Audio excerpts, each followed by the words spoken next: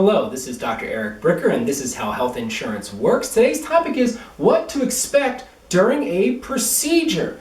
Now, if you're going to have sedation, in other words, anesthesia, you're going to be woozy or completely asleep during the procedure, then you're going to need to have nothing to eat after or drink after midnight the night before. It's referred to as NPO, or nothing per oral. Now, you want to try to get the first slot on the procedure schedule the next day, because if you have to wait until the afternoon, then literally you're going to go all day without eating or drinking, and frankly, it's pretty uncomfortable. So try to get the first slot, if possible, on the schedule so that you can eat and drink after the procedure. Okay, next, you're going to need to check in 1 to 2 hours before the procedure. So they might say that your procedure time is 8 a.m., which means you might need to get there at 6 a.m., or if your procedure time is at noon, you might need to get there at 10 a.m. So just know that your procedure time and when you need to show up are two very different times.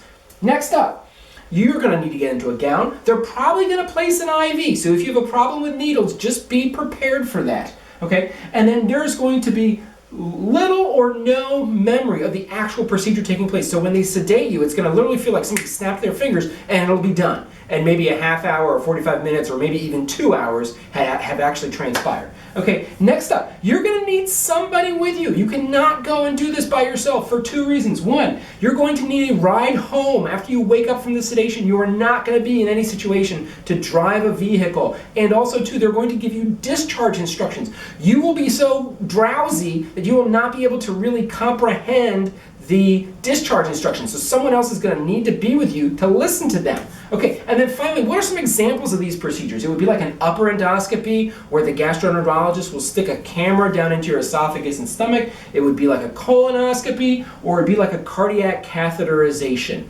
And that's how health insurance works.